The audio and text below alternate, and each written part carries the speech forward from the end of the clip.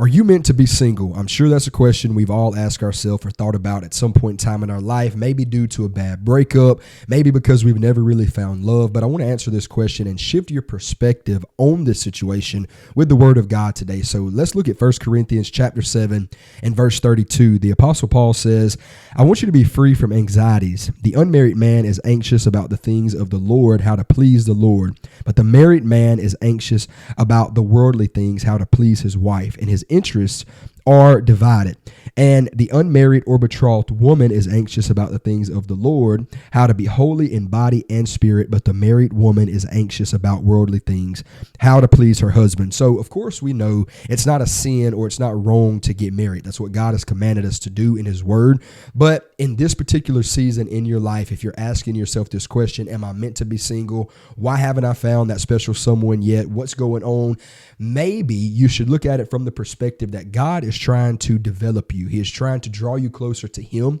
He is trying to bring you into that place with him so that when he does send that special person that he has ordained for you, you will be able to grow in God together. You will be able to do and be everything that God has called you to be. I know it can get frustrating at times, and you can think like, when am I ever going to find love? When is this ever going to work for me? Why do I keep going through this same cycle of all of these bad relationships, all of these bad breakups? But it may be that God is trying to work things out of you, bad characteristics, bad things, and bad habits that you've developed throughout your life so that, like I said, when that certain someone does come, you can grow and be kingdom minded. You will know how to pray. You will know how to read your Bible. You will know how to seek God, and you can be a threat to Satan's kingdom together in the spirit and be one in God. I want to encourage you to look at it from a different perspective today. Don't look at it as a bad thing that you may be single right now. Don't look at it as a bad thing that you don't have that special someone in your life right now, but look at it as a time to draw closer to God,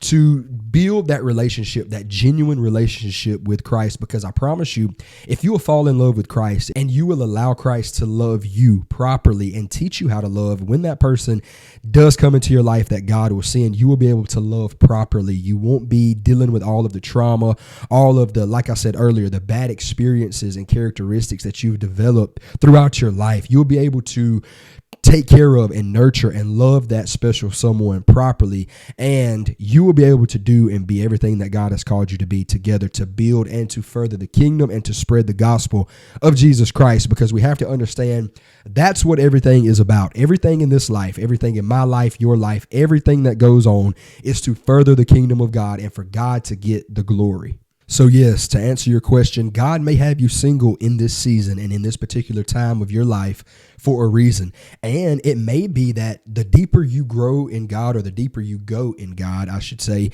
you will find out that maybe God would have you, as the Apostle Paul was, and remain single to be fully devoted, body, soul, mind, thought, everything to God. Because that's what the Apostle Paul said in another place. He said, it's not a sin to marry. He said, but I would that everybody would be like me, single, so that you can stay completely 1000% focused on the kingdom and on Jesus Christ and the mission that God has for you to, again, spread the gospel and build his kingdom in this life. But the only way to ultimately answer the question, if you're meant to be single forever, that is something that you're supposed to pray about and you're supposed to be led of God about. But I can tell you, in this short-term season of your life, if God does have you single and God does have you by yourself, it is a time for you to grow in God and for him to make you, shape you, work on you, and just develop that relationship with you. So don't be discouraged.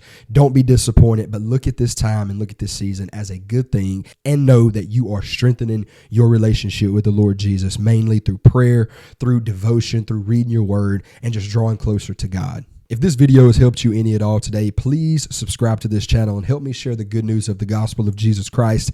I believe that the word of God has every answer to every question or difficult situation in our life. So please share this video with somebody that may need to hear it. I'm genuinely praying for every subscriber, every viewer to Bible Braylon every single day. I'm lifting you up before God, asking the Lord to just have his way in your life. So I will see you next time. Be blessed.